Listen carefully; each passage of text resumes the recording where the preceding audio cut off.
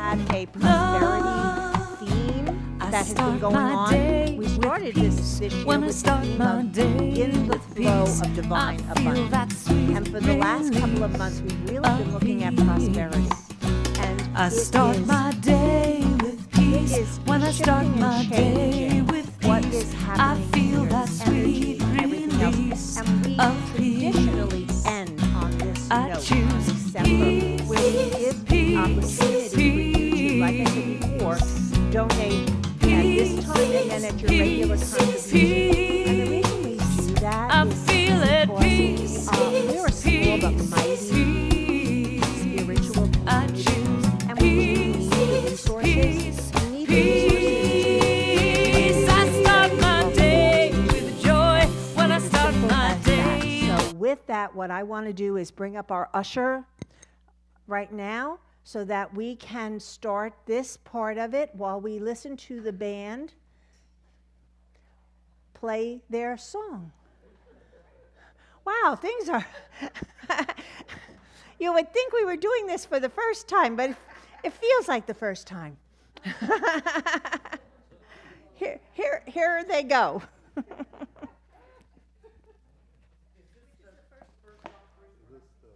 This is the Super Sunday. This is the Super Sunday offering.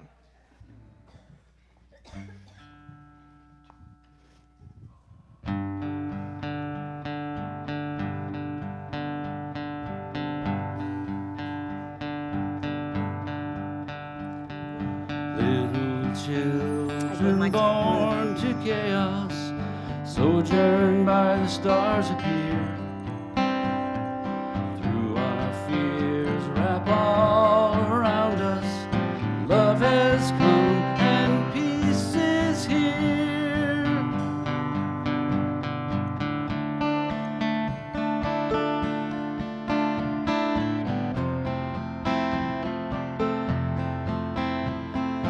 Men to men in violent rapture, wars lay sons and fields alone. Hope to quell the disappointment, justice born of mercy shown. Gloria, Gloria, peace is here. Gloria, Gloria, peace is here. Angels sing in righteous envy. Kings of earth kneel by the throne. Born to push against the fall, far as the curse is found. Gloria, Gloria, peace is here. Gloria, Gloria, peace is here. Peace is here. Peace is here. Gloria.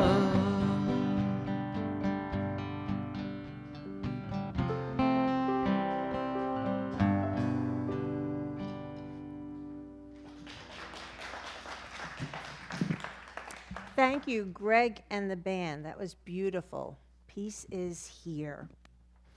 And like I said before, right now what we're talking about is our power of life. We have done a journey together this year on the 12 powers. The first of each month, we were exploring all the different aspects.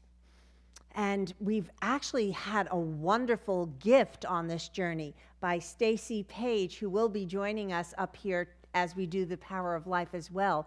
But we were exploring these attributes. Charles Fillmore had talked about these 12 powers as this inner quality that we all have, this energy that can be released. And and of course, energy mixes. It doesn't just float off by itself and do one separate thing. But we individualize these powers so that we could better understand the nature of each of them. And like I said, today we are going to focus on the power of life. And so let's look at what this tells us.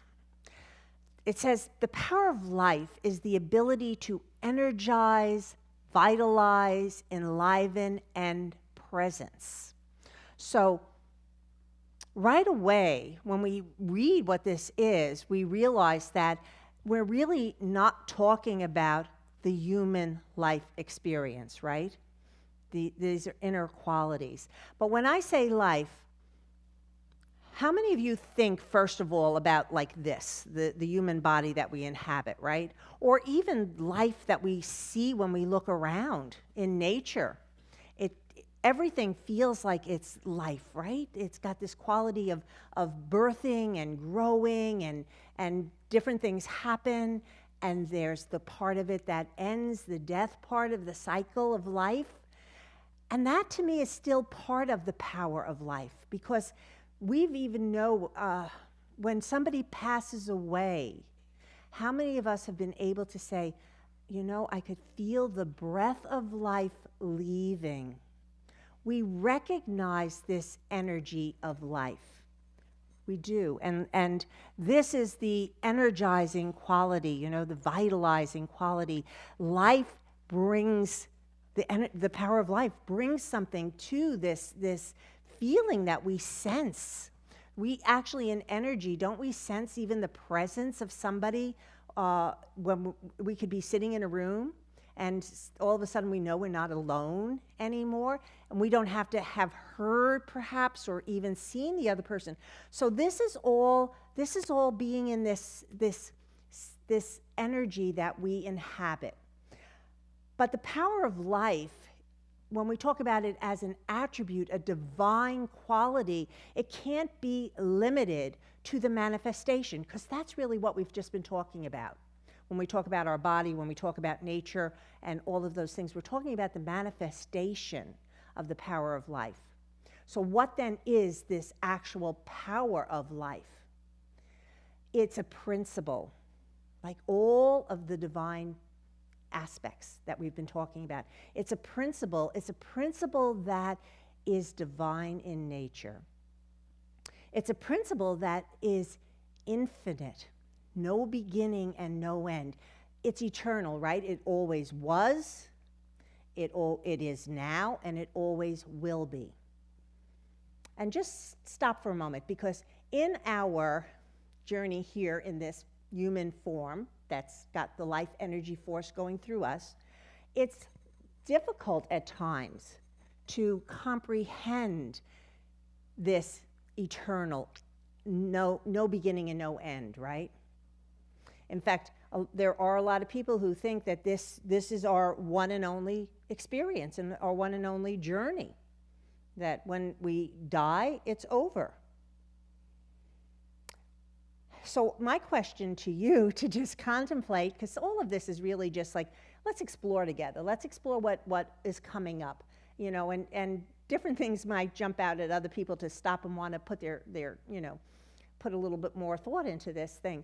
But if everything is eternal, no beginning and no end, it's kind of like we have that little saying, you know, it's like, is it the chicken or the egg? Because life, we in this form, we can't create life.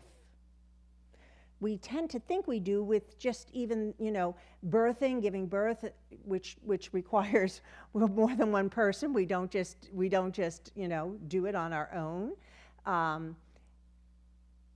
We don't create life. Think about that, because this is a limited experience that we're having. If we are divine in nature, if we are made in the image and likeness of God, if we are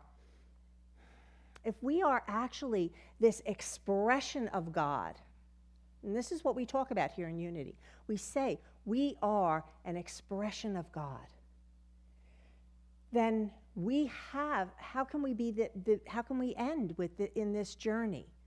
right? How can we end in this physical journey? So life is this energy that is divine, that is always present. That's presence.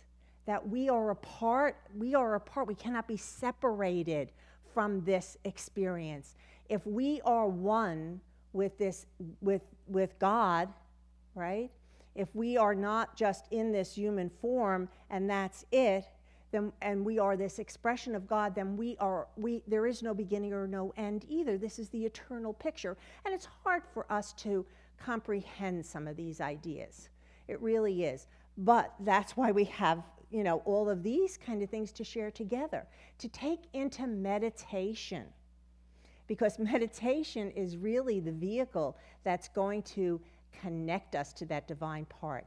And what is the color? And I decided to dress up in the color of the power today. And the color is red. And what does red symbolize? Okay. Well, first of all, with life, my first thought would be blood, right? Revitalizing, running through our whole bodies, keeping us alive, and it is red. Red is also called the color of power, isn't it? Red actually has in the spectrums of light, it is the longest. It has the longest energy, the longest.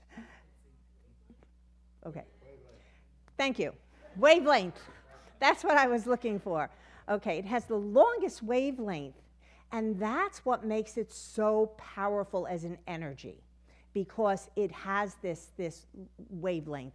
You know, I was an interior designer prior to becoming a minister, and red was always used as accent colors because it was fun to have a pop of color, a pop of energy.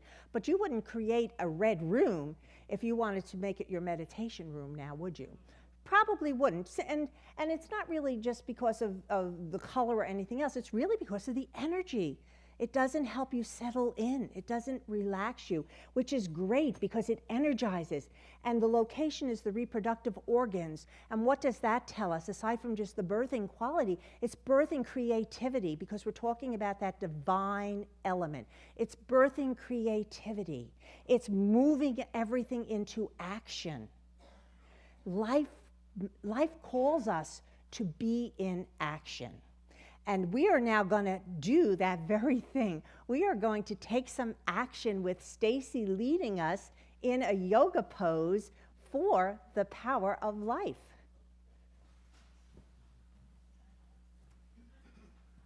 Good morning.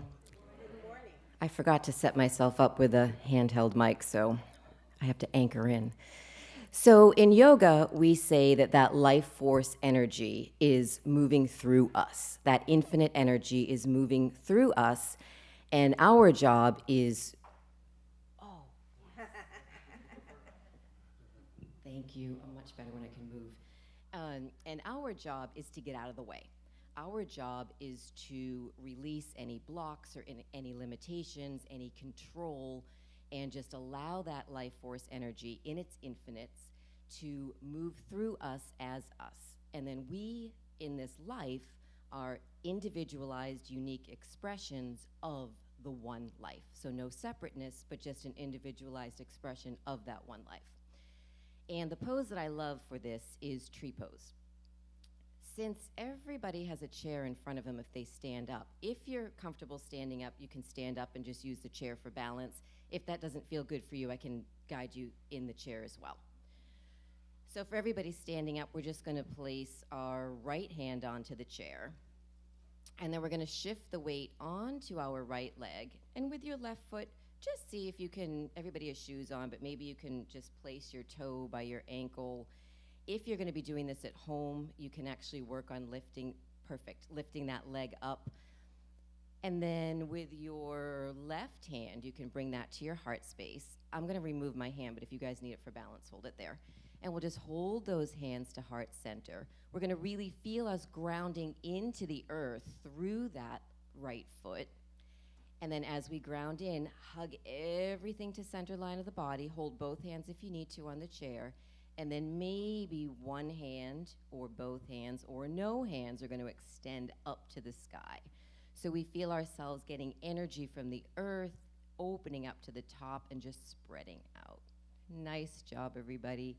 We have to do the other side. So take a breath in. Oh, I lost everybody. And then come down. And let's do the other side. So we're going to shift the weight over to the left foot. You can use your hand for balance. And then let's take that right foot and just place it like a limb of a tree, either onto your calf or onto your thigh. And then one hand, no hands, or two hands in over our heart center. And when you're ready, feel that rooting in. So we root to rise. Nice job, you guys. Let's see if we can stay here for just 2 or 3 breaths. Feel that energy moving in and up. And then we're going to come out together. Take a breath in and then come down. Nice job, you guys. You can shake it out. And that's tree pose.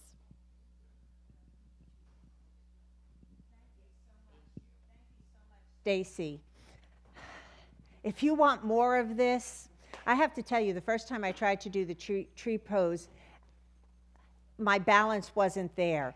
And now I can comfortably do a semblance of the tree pose. All progress. And the reason I'm mentioning that is because Wednesday mornings at 10 a.m., 10 to 11, right here in this sanctuary, Stacy does a beautiful yoga class for us. Everyone is invited. Please come and check it out. So, and one of the other things I just want to share is it's been a wonderful journey, hasn't it, to be doing and having Stacy come up and you know, kind of taking us a little bit deeper into other ideas with this. And so we're going to continue this next year, not in the powers, but for the first Sunday of each month, we're going to explore meditation, go a deeper dive into meditation, and really do a lot of different types. So I'm hoping to get Stacy and Kurt perhaps back to do something up here and to lead us in a meditation. So we'll have lots of fun with that, I hope, in next year. So now we're going to go back to our power of life. And let's just start right with Charles Fillmore, right? And see what he wants to tell us about life. The first step in the realization of life is always to know that God is life, abundant, omnipresent, eternal.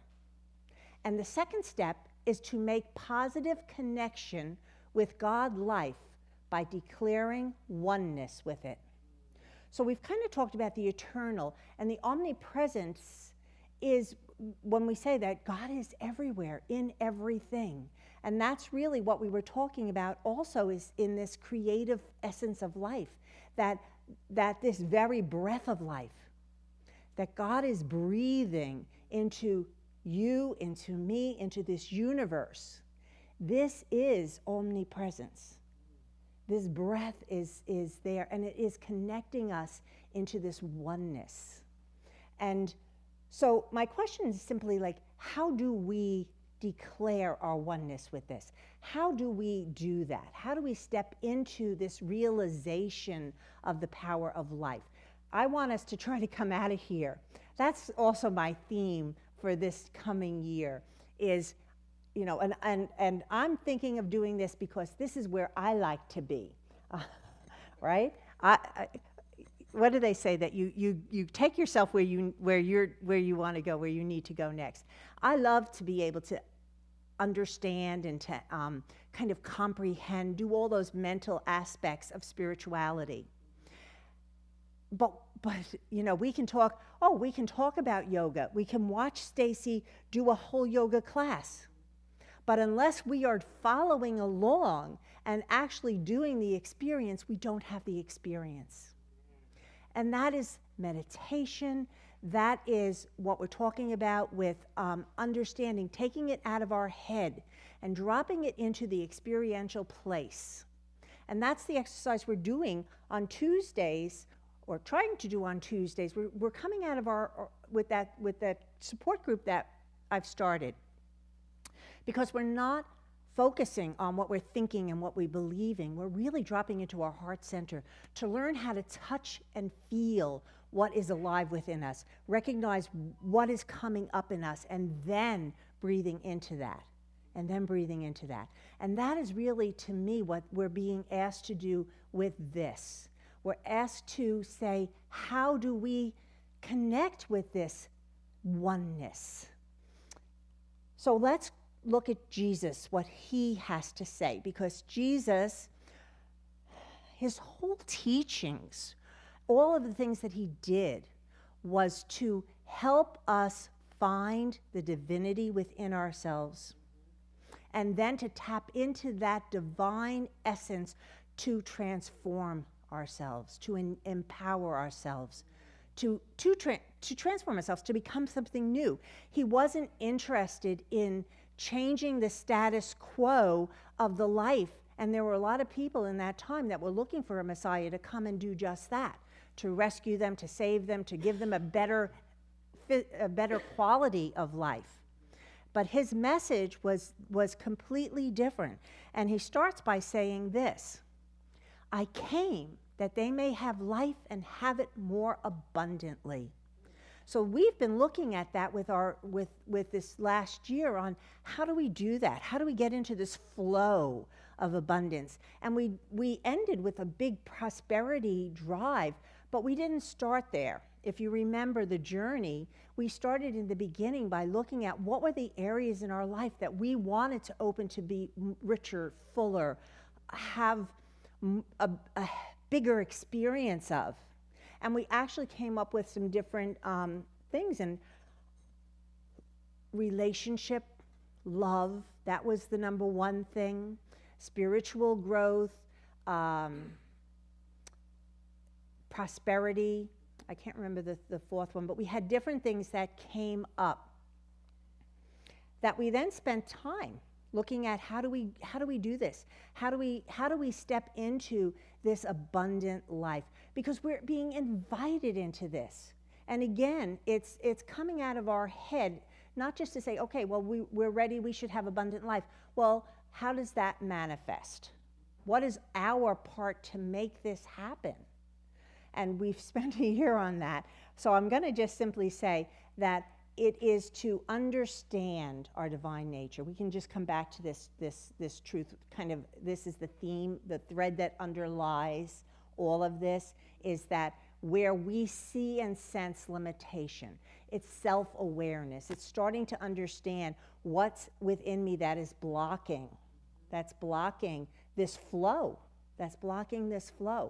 in any area that I'm looking for. So we have to step into it again experientially. We can't just say, I understand this, it sounds good, I'm buying into it. We have to actually take the action. And that's what the quality of life, the power of life, is calling us to do. It's calling us to take the action. And so Jesus tells us how we do this. I am in the Father, and the Father is in me. This sets up this divine nature. I am in the Father, and the Father is in me. Now, Jesus was not talking just about himself. And unfortunately, with a lot of religion, it's really stayed in that place. Like, okay, this is the Son of God. He was always talking on a bigger, broader idea. He was talking principle. He was talking oneness. So this Father that is in with him, it's the kingdom of heaven. It is this essence, this divine essence that is with him. And he always told us that it is in you too. I am the light. You are the light. He never said that we shouldn't do these things. Love.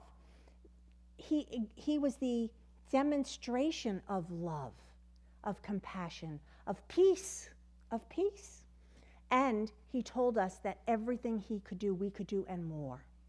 That we too are in this journey. We just need to wake up. We need to understand how the process works. It is your Father's good pleasure to give you the kingdom. So we have the divine nature within us. He's telling us this clearly in John. And then in Luke, it is your Father's good pleasure to give you the kingdom. So this is where we start to understand this abundance that we're called to experience here in life. The other thing that he offers us is that the words that I say to you, I do not speak on my own initiative, but the Father abiding in me does this work. So what he's again telling us is that this goes back to faith, this knowing. It's a knowing that we have within us this ability to do what is ours to do, that the Father abiding in me does the work, that we have this human, we're here in this human journey. And I often talk about our human and our divine, our human nature and our divine nature. And our human natures, we're here for a purpose, right? Why would we be here? We're here for a purpose. I believe the purpose is to wake up to this truth. I believe that when we wake up and we are transformed, then everything changes. And we have wonderful philosophers who talk about this so eloquently. Pierre Desjardins, he talks about reaching that omega point where everybody is in this place of love, and what that looks like. It's going back to the oneness. Because this place we live in right now, we're still living in this idea of separateness. We have to practice. We have to learn, what does oneness mean? And we're being invited in here to see this, to see that the kingdom is within, that the Father is in me and the Father is in you, and that means oneness. And so this is what we're being called to do in the power of life. I'm going to step into another part of this story, because remember, we had up on the first slide, we had a disciple up there that Charles, through this journey, has given a disciple to each power, and he chose Judas for the power of life. So, does that make sense to anybody? That he chooses Judas, who betrayed Jesus with a kiss, to be the disciple for the power of life. So let's see if we can figure that out together, okay? We're going to look at it metaphysically, because that is the way that it's going to make the most sense, at least to me, and I hope to you. So Judas was the only disciple that wasn't from the same area of Galilee that Jesus came from. He was from Judah, that has the capital of Jerusalem. And he was a wealthy man. He came from a wealthy family. He became the treasurer for the group. So he was in charge of money and all of this kind of stuff. Judas also had a vision for what he thought Jesus was going to do. He thought that Jesus, like a lot of the people in his time, was here to rescue, to create, to free the people, to help. Remember, they were being oppressed in every area. They were being oppressed by the Romans, even their own Jewish leaders. They weren't allowed to. If you didn't have the money and you had to work all the time to survive, and you didn't have the money to go to the temple, you weren't able to pray. And that's how they looked down upon these other people, the elite, the Pharisees, because they were the ones that had access to God, and these others didn't. So there was all of these, ring a bell.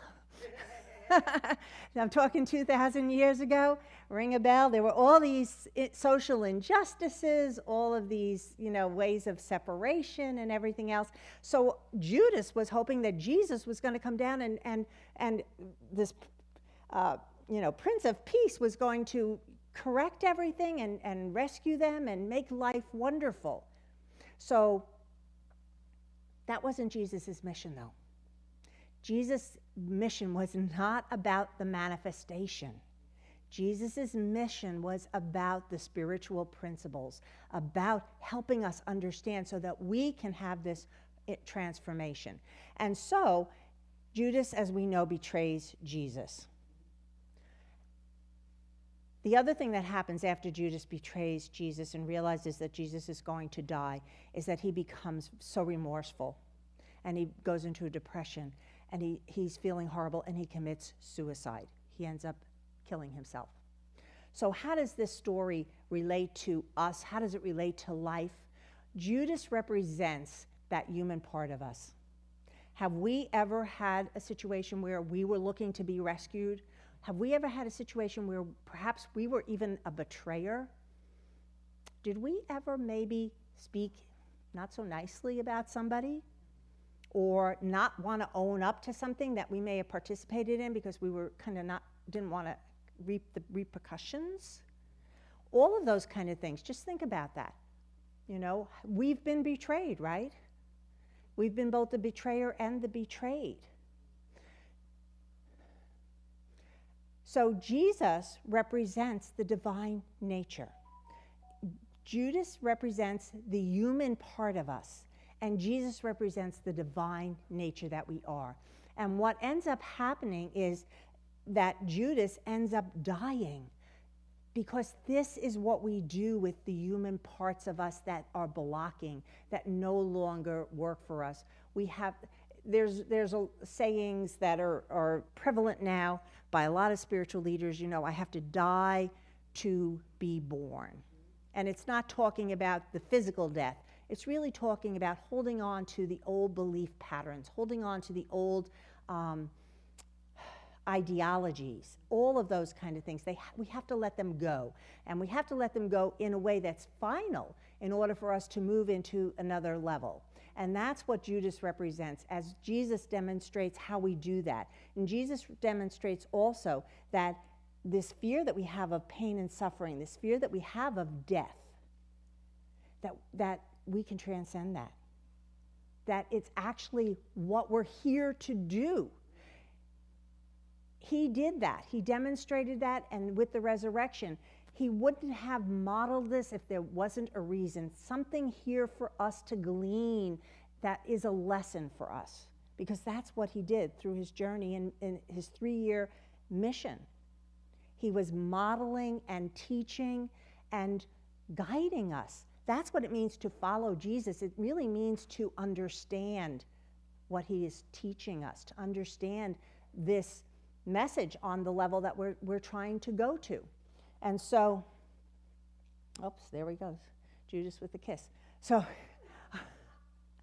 I'm going to jump right forward here and say that, oh, I put the slide up a little fast, so we're going to quickly step right into it, okay? So here we're talking about life, and we're talking about, embracing the aspects that make us whole, that make us feel that we are energized and creative and all of these kind of things. And wholeness is a part of life, because I know that when I have studied prayer and understanding that when we are praying, we're really looking at the divine idea behind the challenge. So that when we are looking at somebody who's struggling with a health issue, we would look at, not necessarily focus on, okay, this is what I want to see. I want to see the person healed and strong and healthy. Yes, that is what we want.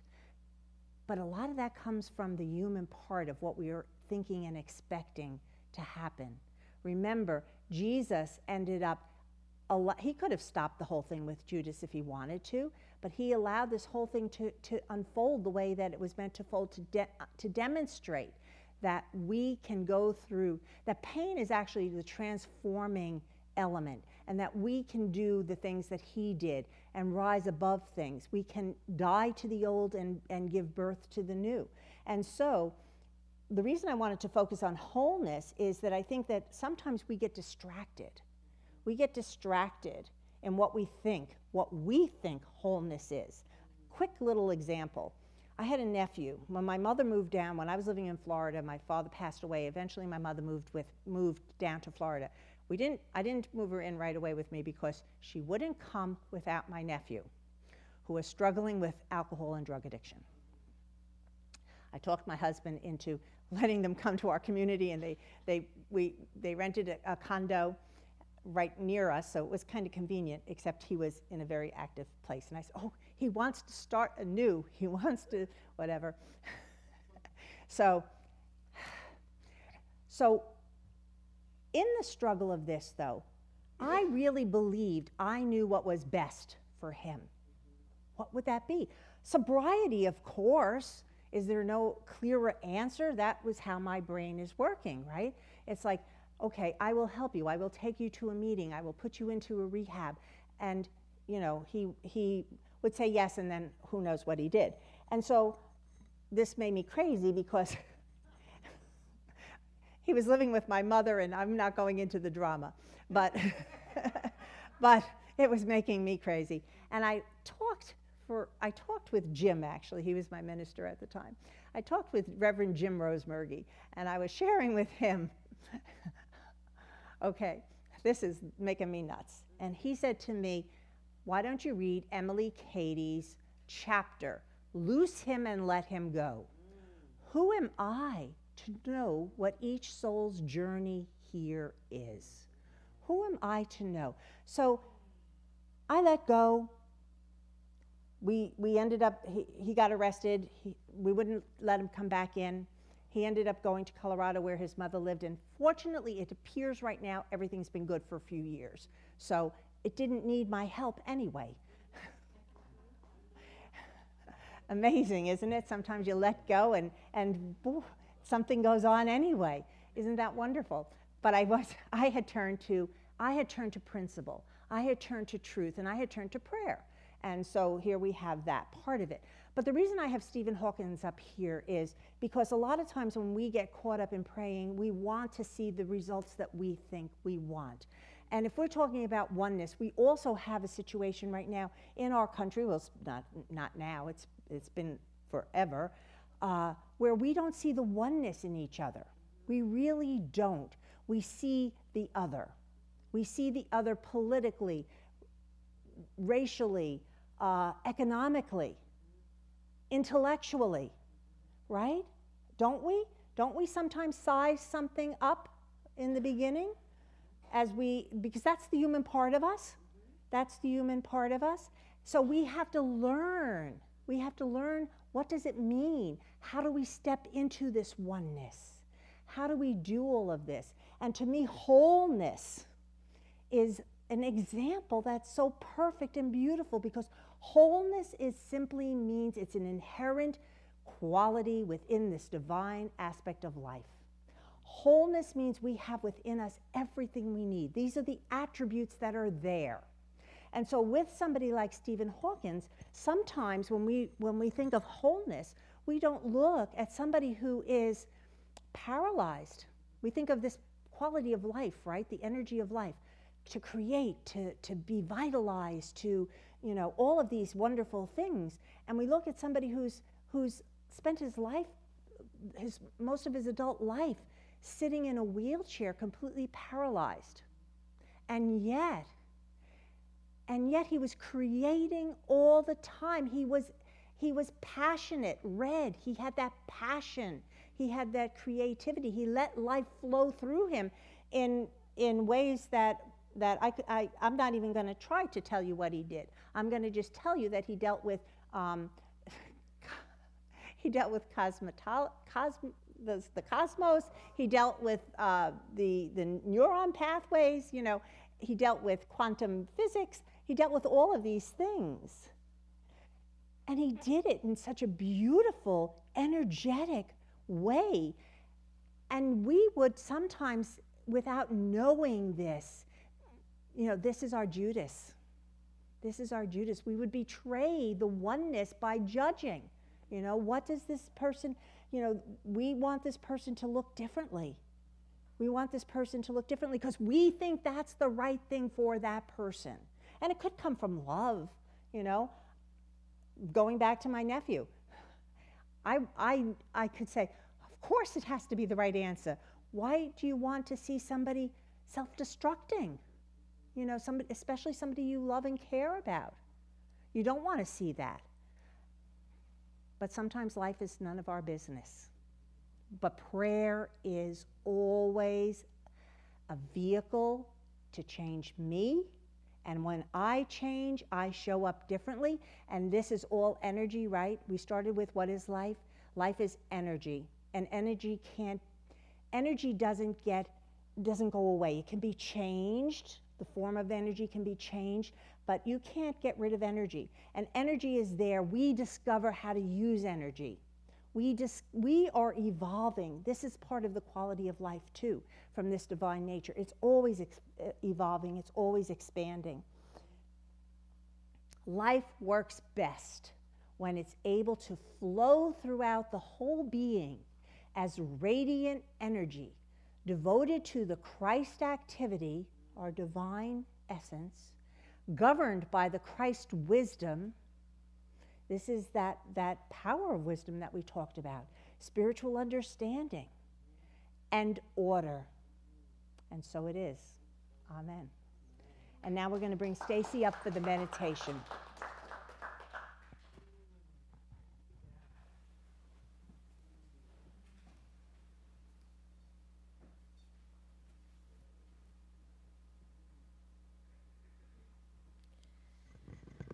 So let's close our eyes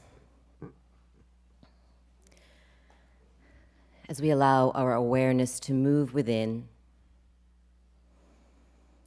We remember, we sense that one power, that one presence that is life, that is infinite in love, peace, joy, and abundance.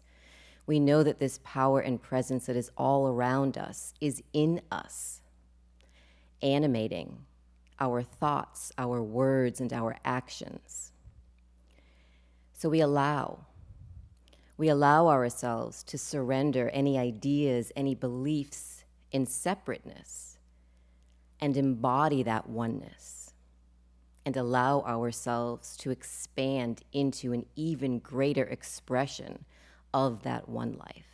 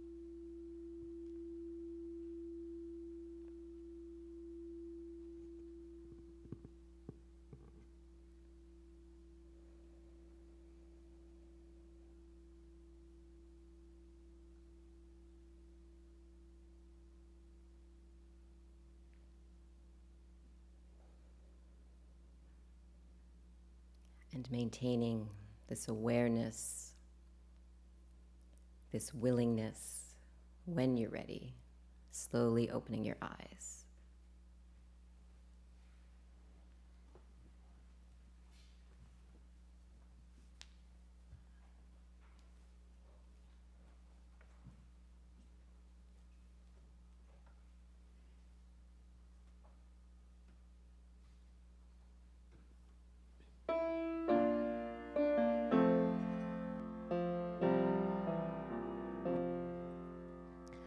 Our Father, who art in heaven, hallowed be thy name.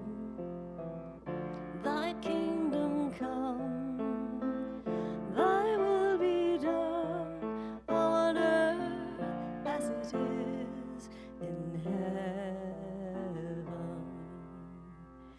Give us this day our daily bread, and forgive us our debts as we forgive our debtors. And lead us not to temptation, but deliver us from evil. For thine is the kingdom and the power and the glory forever. Amen.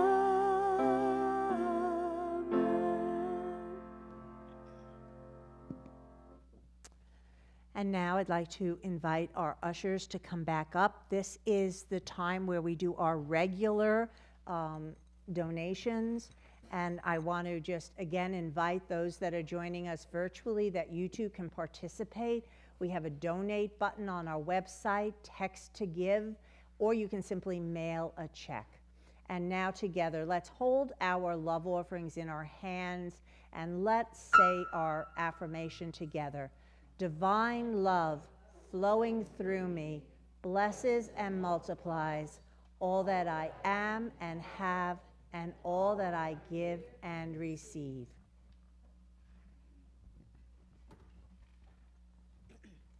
Hope y'all will forgive me through my cold this morning. This is an Eagle song, I Wish You Peace.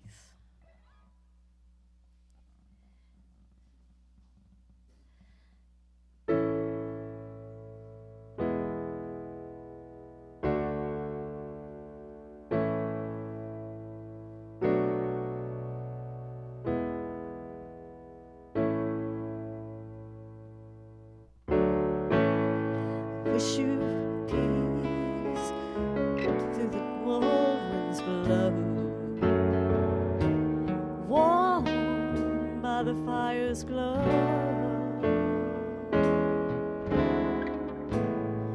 I wish you comfort in the lonely times,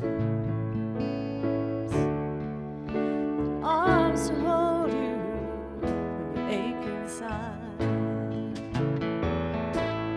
I wish you hope when things are going bad, kind words when times are sad. I wish you shelter from the raging wind and cooling water at the fever's end. I wish you peace when times are hard, light to guide you through the dark. When storms are high and your dreams are low, I wish you strength to let love grow. I wish you strength to let love flow.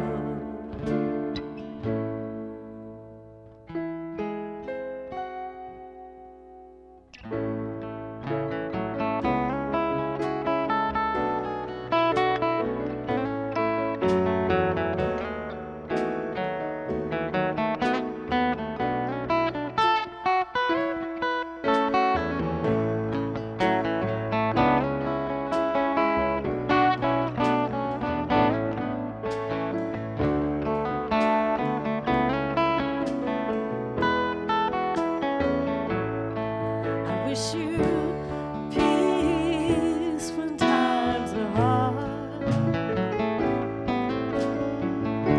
light to guide you through the dark. Storms are high and your dreams are low. I wish you strength to let love go on. I wish you strength to let love flow. I wish you strength to let love go on. I wish you strength to let love go on. Thank you. Beautiful, Susan. Thank you.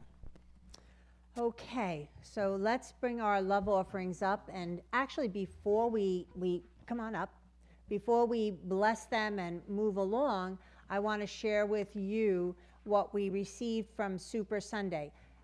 So I'm going to give you a number, but I'm also going to let you know that we're not going to do this process of the two collections. This was Super Sunday officially, but in case somebody wasn't prepared, or if somebody isn't here and would like to send us the donations, we stay open all December for Super Sunday contributions.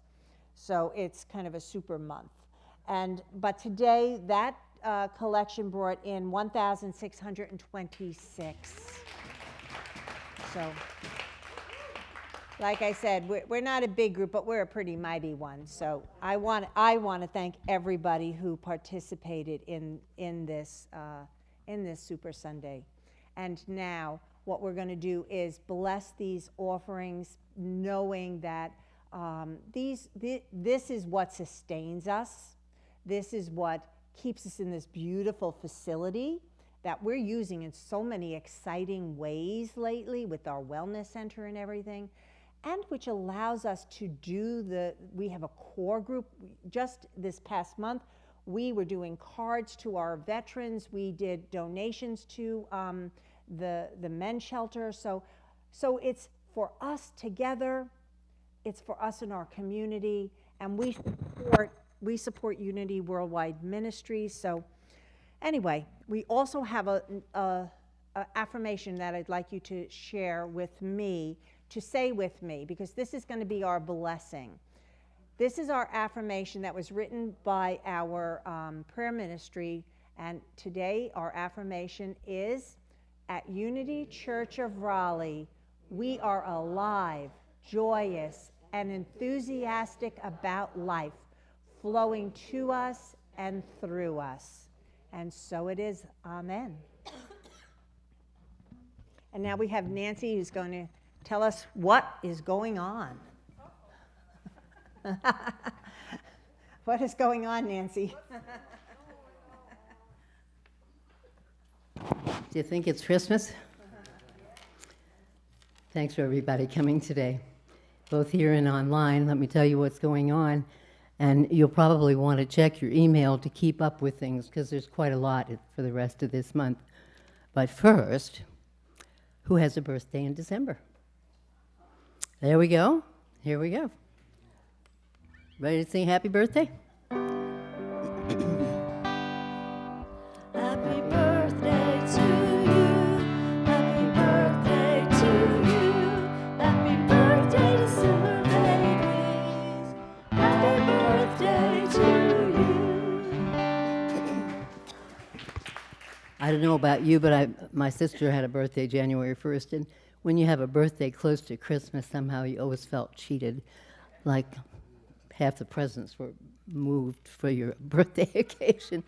My sister had an extra birthday in July, so she didn't feel cheated. I thought that was she took my grandfather's birthday. I thought that was kind of a fun thing to do. So you December babies, you may want to consider having an extra birthday. Join us for potluck after the service. We always enjoy eating together, and we're doing that more now. So today should be a nice event for us. Hope you'll stay and join us. On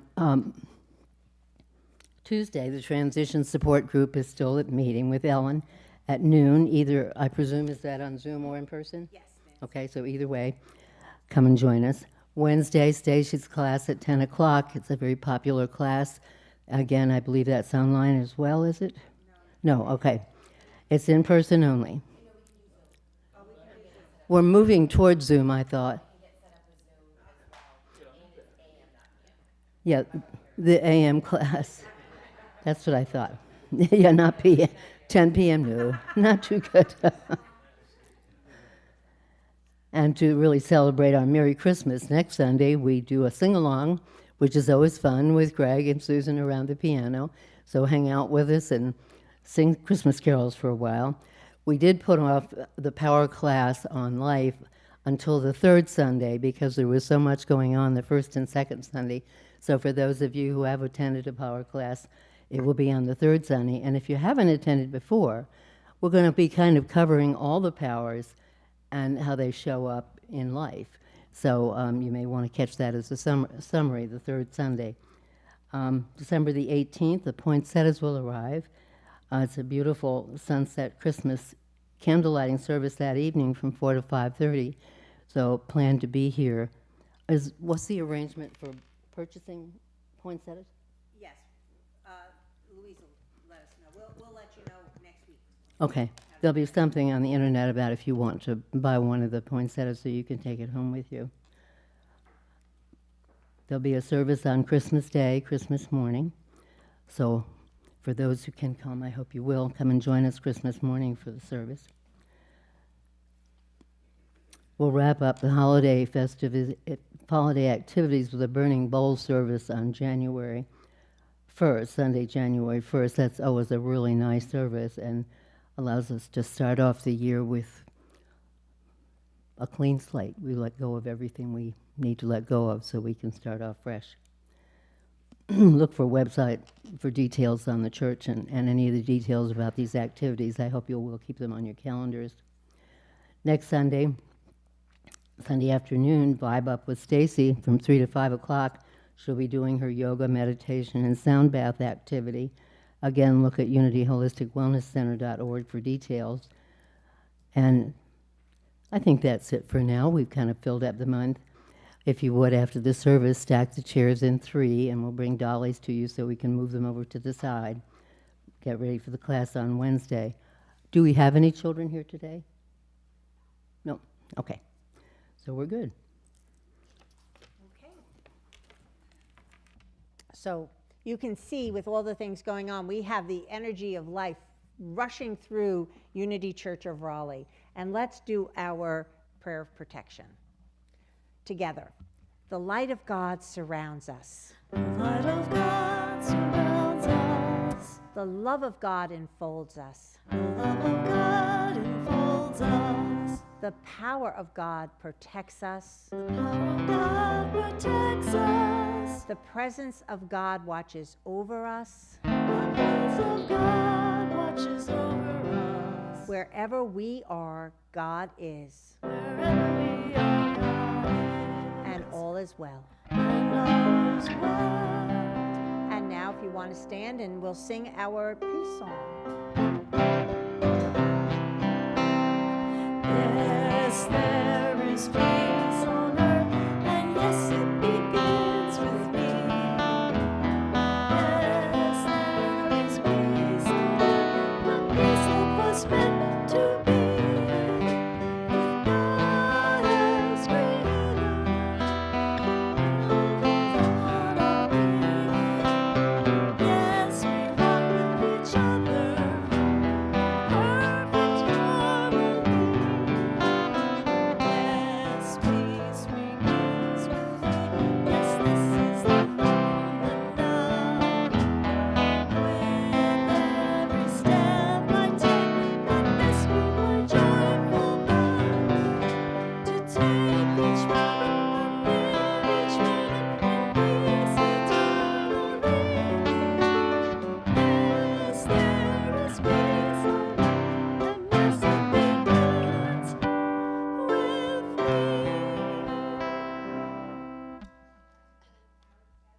From here today, let's just remember that we are divine in nature, that we have the ability to create, to explore, to be everything that we are called to be, and so it is. Amen.